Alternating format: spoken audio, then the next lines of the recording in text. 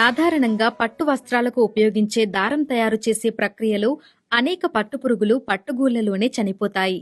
అయితే పట్టుపురుగులను చంపకుండా పట్టుదారం తీస్తున్నాయి తెలంగాణలోని జయశంకర్ భూపాలపల్లి జిల్లా మహదేవ్పూర్లో దేవాంగ కమ్యూనిటీకి చెందిన కొన్ని కుటుంబాలు. దీంట్లో పురుగు ఉన్నది, ఇది మామూలు తస్సర వెళ్తుంది, దారం వెళ్తుంది.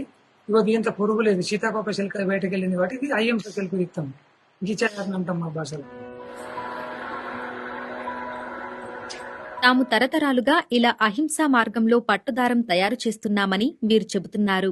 పూర్వం నుండి తాతల ముత్తాతల కాడికెళ్ళి ఉన్నది అహింస అనేది, ఇవాటిది కాదు. ఇది ఎంత ముందు ఈ నెట్వర్క్ అంతా లేదు కదా, అందరికి తెలియలే. మామూలుగా తీసే దారం ఏమో టస్సర దారం అంటాం. అహింస దారాన్ని తీసేదేమో దాన్ని ఒకటే కాయబట్టి దారం తీయాలి, ఏకులాగా తీయాలి. టస్సర అనేది వార్పండు ఎప్పుడు రెండు రకాల పని చేస్తుంది. వార్పు అంటే పొడుగు దారం, చీర గాని బట్ట గాని పొడుగు దారం.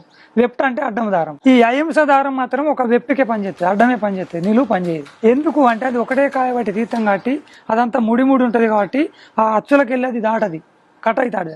నాణ్యతల తేడా ఏముండదు, బాగా మందంగా ఉంటది. అది ఇది పతలా ఉంటది, ధరలో దానికి ఎక్కువ పడుతుంది, అహింసకే ఎక్కువ పడుతుంది. ఎందుకు అంటే అది దొడ్డు లావుగా తీస్తాం కదా దారం. మామూలుగా మా చీర 1.5 కిలో ఉంటది, ఆ చీర 30 కిలో ఉంటది. అది కాబట్టి అది రేట్ ఎక్కువ పడుతుంది, వజన్ ఎక్కువ ఉంటది, అది మజిపోతుంటది, బాగుంటది. ఒక మొగ్గానికి 30-40 నుండి 50,000 రీలింగ్ కాయలు కావాలి, ఒక 20,000 అహింస చిలుకు కావాలి. సుమారు 20 కుటుంబాలు ఇలా పట్టుదారం తీస్తున్నాయి. పట్టుగూళ్ల నుంచి దారం తీసే పద్ధతిని పుణ్యవతి వివరించారు.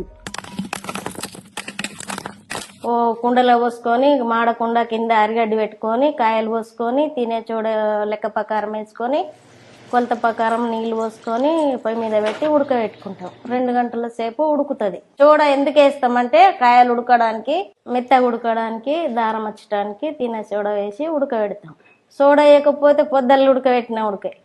2 గంటల సేపు ఉడికినాక దించి రేపు పొద్దుగాల ఏరుకొని చల్లుకొని బూడి మీద పెట్టుకొని మొదలు పెడతాం. బూడి మీద పెడితే నీరు ఇగ్గుకుంటది. ఒక్కొక్కటి తీస్తే రాదు కాబట్టి, ఒక్కటే సన్నం వస్తుంది కాబట్టి 12 కలిపితే స్మూత్ గా వస్తుంది కాబట్టి 12-13 కాయలు వేసి తీస్తాం. అవే కాయలు పొక్కబడ్డ అహింస దారం అయితే దొడ్డు దారం గీచ దారం తీస్తాం, ఒకటే కాయతో తీస్తాం. మిషన్లు రాకముందు తొడ మీద చేసేది. గవర్నమెంట్ మిషన్లు ఎప్పుడైతే ఇచ్చిందో మిషన్ మీద తీసుకుంటాను. అప్పటి నుంచి మంచిగానే సౌలత అయింది. ఈ తొడకు నా 10 రోజులు అడిగే వరకు ఇదంతా ఎర్రబడు, పుండు కాకట, ఎప్పటికి తడి కదా, పుండు కాకట. మళ్ళీ 2 రోజులు ఊకుండు, 2 రోజులు ఊకున్నాక మళ్ళా దవాఖానకు పోతే సూది వేసుడు. అట్లా మిషన్ లేని వాళ్ళే తొడ మీద తీస్తాను కానీ మిషన్ ఉన్న వాళ్ళు ఎవ్వరు తీస్తలేరు. దానివల్ల లాభం ఏంటి అంటే తొడ మీద తీస్తే 100 కాయలు తీస్తారు, ఇది 150 తీయచ్చు. అట్లా పని పెరిగింది, ఉపాధి మంచిగా ఉన్నది. అహింస పట్టుకు ఆదరణ, గిరాకీ పెరగడంలో సోషల్ మీడియా కీలక పాత్ర పోషించిందని నేతకారులు చెబుతున్నారు. ఈ మధ్యలో ఏమైంది, మీ అటువంటి వాళ్ళు ఆడపిల్లలు వచ్చి చీరలు ఇట్లా వేసుకున్నాడు, అందరికి చూపెట్టుడు చెప్పేవారికల్లా ఇన్స్టాగ్రాములు, టీవీలు ఇవన్నీ వచ్చిన వాళ్ళే అహింస కానీ ఈ చీరలు కూడా కానీ ధోతి పంచ అంటే కొంతమంది ఫోటోలు పెట్టు అంటాను. మా బాబు ఫోటోలు పెడతాడు, అక్కడ ఉండే సెలెక్ట్ చేసుకుంటారు.